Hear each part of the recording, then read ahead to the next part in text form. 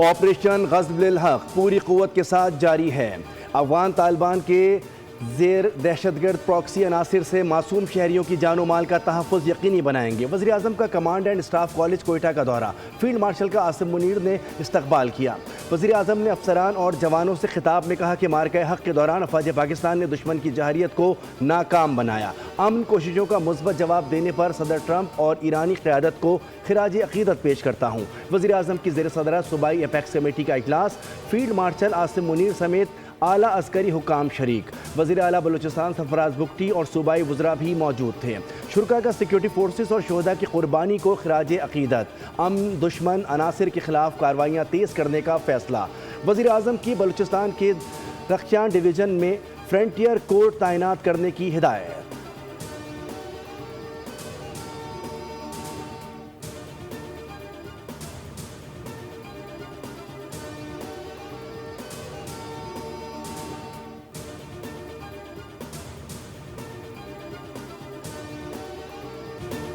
پاکستان کی ترقی کو پروپیگنڈے، جعلی خبروں اور بیرونی سرپرستی میں ہونے والی دہشت گردی سے روکا نہیں جا سکتا۔ پراکسیز اور منفی پروپیگنڈے کے ذریعے سازشیں کرنے والی قوتیں ریاست کی مضبوطی اور عوام کے اتحاد کے سامنے ناکام ہوں گی۔ Chief of defence forces field marshal Asim Munir کا کوئٹہ گیریژن کا دورہ، کمانڈ اینڈ اسٹاف کالج کے اساتذہ اور زیر تربیت افسران سے خطاب میں مزید کہا، جدید جنگ کی نوعیت تیزی سے تبدیل ہو رہی ہے، اس لیے ابھرتی ہوئی ٹیکنالوجیز، ملٹی ڈومین آپریشنز، تینوں مسلح افواج کے درمیان ہم آہنگی اور مستقبل کے جنگی چیلنجز سے باخبر رہنا ناگزیر ہے۔ فیلڈ مارشل کا بلوچستان میں پائیدار امن پر زور، سماجی اور معاشی ترقی کے تعلق مضبوط بنانے کی کوششوں کو بھی سراہا۔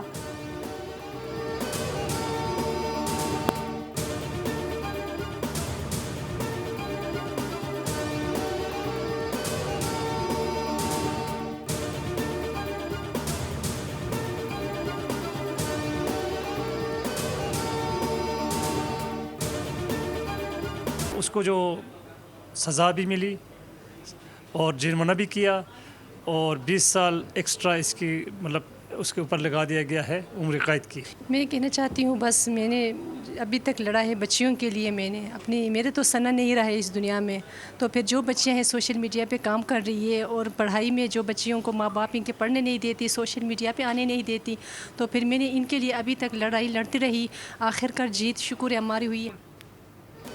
ٹک ٹاکر ثنا یوسف کے لواحقین کو انصاف مل گیا۔ ڈسٹرکٹ اینڈ سیشن کورٹ اسلام آباد نے مجرم عمر حیات کو سزائے موت سنا دی، 10 سال قید اور 20 لاکھ روپے جرمانہ بھی عائد۔ قتل کیس کا 2 صفحات پر مشتمل مختصر فیصلہ جاری۔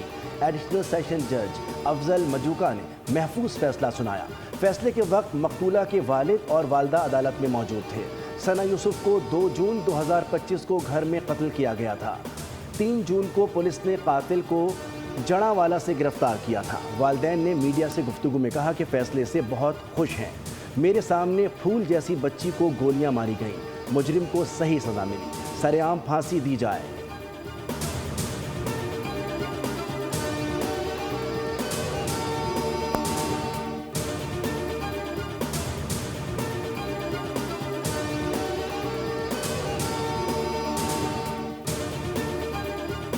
والوں نے نالائکی کی تو ہمارے ہاں اکاؤنٹیبلٹی کا سسٹم ہے۔ آج تک آپ دیکھیں گے انشاءاللہ کہ ہم نے کتنا سخت قدم اٹھایا ہے کہ اگر آپ کوئی اس کو ہیرو کر کے کوئین بنا کے اس کی آپ کیپشن ہی کریں کہ کوئین پنکی اور اس کی بات کریں تو اس پہ وہاں پہ بھی عمل ہونا چاہیے۔ اس کو آپ یہ ناسور ہے ہماری سوسائٹی کا، تو خدشہ یہ ہے کہ کوئی اس کو نقصان نہ پہنچا دے تاکہ چیزیں آگے نہ بڑھیں۔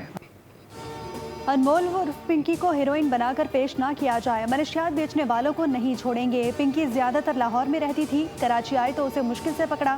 منشیات استعمال کرنے والوں میں بڑے بڑے معتبر نام سامنے آئے ہیں۔ پنکی کا صرف ایک اکاؤنٹ نہیں، مزید تحقیقات جاری ہیں۔ آئی جی سندھ جاوید عالم اوجھو کی نیوز کانفرنس، کہا کہ کسی پر الزام لگانا نہیں چاہتے، پنکی کے نیٹ ورک میں شامل کسی شخص کو نہیں چھوڑیں گے۔ گھروں میں بچے اور بچیاں ہیں، کوشش کریں کہ کوئی پنکی نہ بنے، منشیات ہمارے معاشرے کا ناسور ہے۔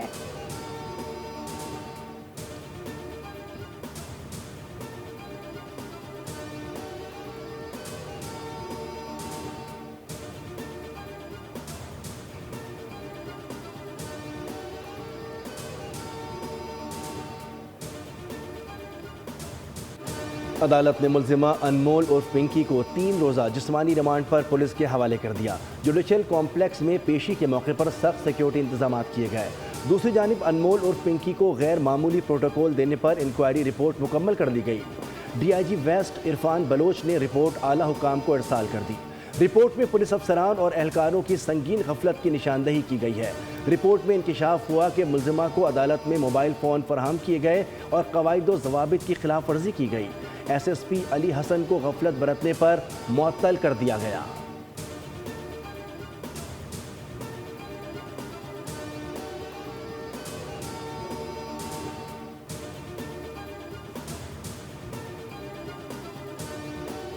امریکہ ایران پر 1 گھنٹے میں حملہ کرنے والا تھا۔ سعودی عرب، یو اے ای، قطر نے یقین دلایا ایران سے مذاکرات سے متعلق اچھی خبر آئے گی۔ ہو سکتا ہے دوبارہ بڑے حملوں کی ضرورت پڑے، لیکن یقین ہے ایسا نہیں ہوگا۔ ایران پر دوبارہ حملے ہوں گے یا نہیں آپ کو جلد پتہ چل جائے گا۔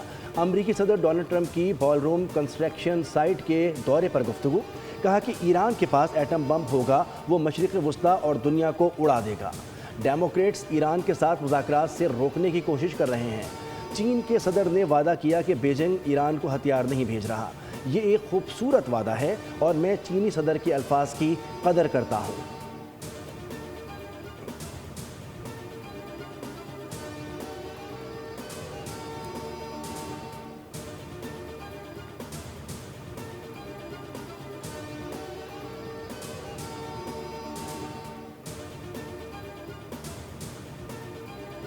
ایران کی مصالحتی کونسل کے رکن محسن رضائی نے امریکی صدر ڈونلڈ ٹرمپ پر طنز کرتے ہوئے کہا کہ فوجی حملے کی ڈیڈ لائن دینا اور پھر منسوخ کر دینا لا حاصل امید تھی۔ طاقتور مسلح افواج کی آہنی مٹھی اور عظیم ایرانی قوم امریکہ کو پسپائی اور ہتھیار ڈالنے پر مجبور کر دے گی۔ خاتم الانبیاء بریگیڈ نے خبردار کیا کہ امریکی حملے کی صورت میں فوری، فیصلہ کن اور طاقتور جوابی کارروائی کے لیے تیار ہیں۔ کمانڈر میجر جنرل علی نے کہا کہ ایران کی افواج پہلے سے زیادہ مضبوط ہے اور کسی بھی نئی جارحیت کا جواب پچھلی جھڑپوں سے کہیں زیادہ سخت ہوگا۔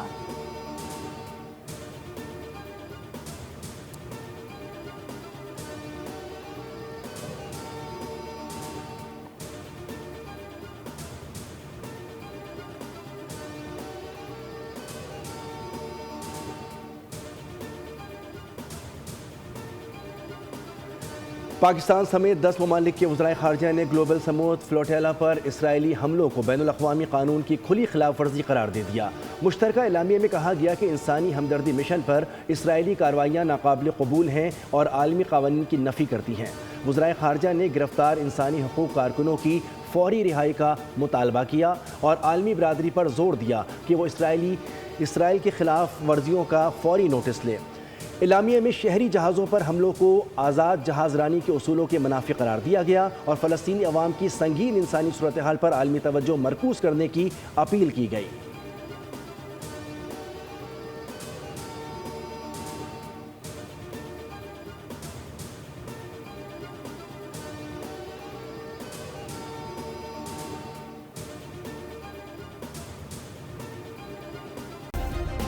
سبسکرائب کریں اور بیل دبائیں تاکہ کوئی خبر رہ نہ جائے۔